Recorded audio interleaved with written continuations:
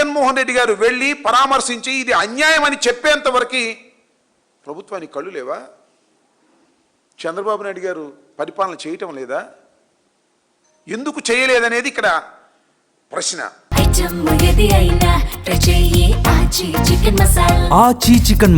దీని మీద మీరు ఇంతకు ముందు కూడా విన్నారు, చాలా కొత్త కొత్త విషయాలు బయటకు వస్తున్నాయి. గాదే సాయికృష్ణని మార్కాపురం నుంచి పట్టుకొచ్చి జైలుకు తీసుకురాలేదట. 2 రోజుల పాటు ఒక హోటల్లో పెట్టి అక్కడ చిత్రహింసలు చేశారు. చిత్రహింసలు చేసిన తర్వాత నాగరాజుకు అప్పచెప్పారు.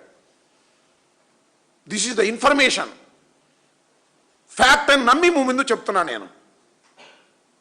ఒక నాగరాజు మీద నెట్టేస్తారా?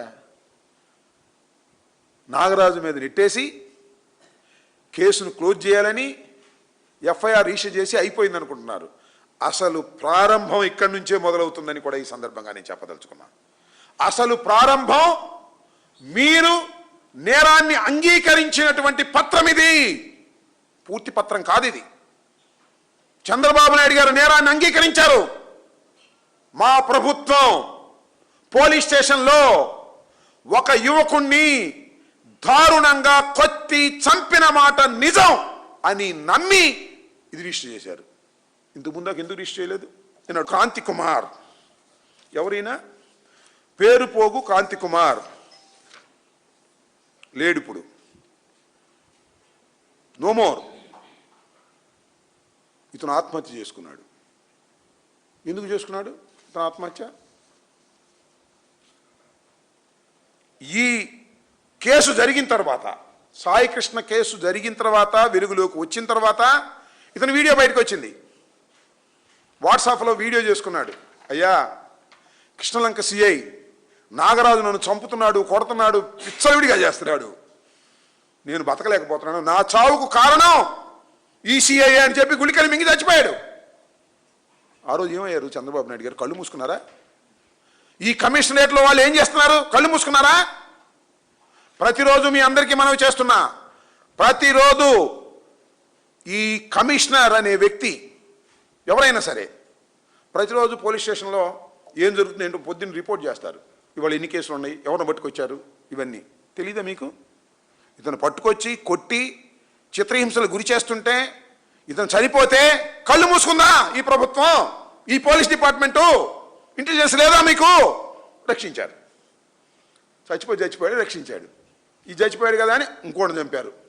ఒక్కడే భస్మం చేస్తాడా? ఒక్కడే కొడతాడా? ఎంతమంది కలిసి కొట్టారు? పోలీసులు అందరికి తెలియదా? తీసుకెళ్ళి ఒక్కడే దహనం చేస్తాడా సింగిల్గా సిఐ? వాళ్ళందరూ ఎవరికి సంబంధం లేదు, ఒక సిఐకే సంబంధం. సిఐని ఎత్తిన వేసేద్దాం, క్లోజ్ చేసేద్దాం అని అనుకుంటున్నారు. ఇది అన్యాయమైనటువంటి, అక్రమమైనటువంటి కార్యక్రమాన్ని వాళ్ళ మీరు చేస్తున్నారు. చంద్రబాబు నాయుడు గారు ఆ తల్లిని పిలిపించుకున్నారంట. పాపం పిలిపించుకుంటాడు, పాపం వెళ్తారు. వాళ్ళు మిడిల్ క్లాస్ ఫ్యామిలీ, పాపం వాళ్ళు ఇండివిజువల్స్. ఇప్పుడు దాకా వచ్చిందంటే మా బోటోళ్ళు వారికి అండగా ఉండబట్టి ఇప్పుడు దాకా వచ్చారు, లేకపోతే ఇప్పుడు దాకా వచ్చేవాళ్ళు కూడా కాదు. ఇంకో మాట ఏంటంటే వాళ్ళ చిన్నమ్మ అడ్వకేట్ కాబట్టి కోర్టు దాకా వెళ్ళగలిగింది. తర్వాత మేము దాన్ని అందిపుచ్చుకున్నాం, మానవతా దృక్పథంతో, ఆర్ద్రతతో వెళ్ళాం. కొంతవరకు లాగారు, తర్వాత వాళ్ళకి శక్తి అయిపోతుంది కదా. ఇండివిజువల్స్ ముఖ్యమంత్రి గారు పిలిపించుకున్నారు, నిన్నటి దాకా పట్టించుకోని వ్యక్తి. ముఖ్యమంత్రి గారు పిలిపించుకొని నీకు న్యాయం చేస్తాం అని చెప్పేటప్పటికి పాపం వాళ్ళు సహజంగా నమ్ముతారు. ఇప్పుడు దాకా వాళ్ళు పోరాటం చేశారు. I'm appreciating them. ఇక ముందు కూడా చేస్తారేమో చూస్తాం, అది వేరే విషయం. కానీ దుర్మార్గంగా ప్రభుత్వాన్ని ఉపయోగించి, మీ బలాన్ని ఉపయోగించి ఆ కుటుంబంలో ఒక వ్యక్తిని చంపి మళ్ళా రాజీ పెట్టుకునేటువంటి ప్రయత్నం, తొక్కేసేటటువంటి ప్రయత్నం మీరు చేస్తున్నారు. ఇది సమాజానికి మంచిది కాదు అనే విషయాన్ని మరొక్కసారి పునరుద్ఘాటించడం కోసం మేము వాళ్ళ ప్రయత్నం చేస్తున్నామని మనవి చేస్తున్నాం. ఆచి చికెన్ మసాలా.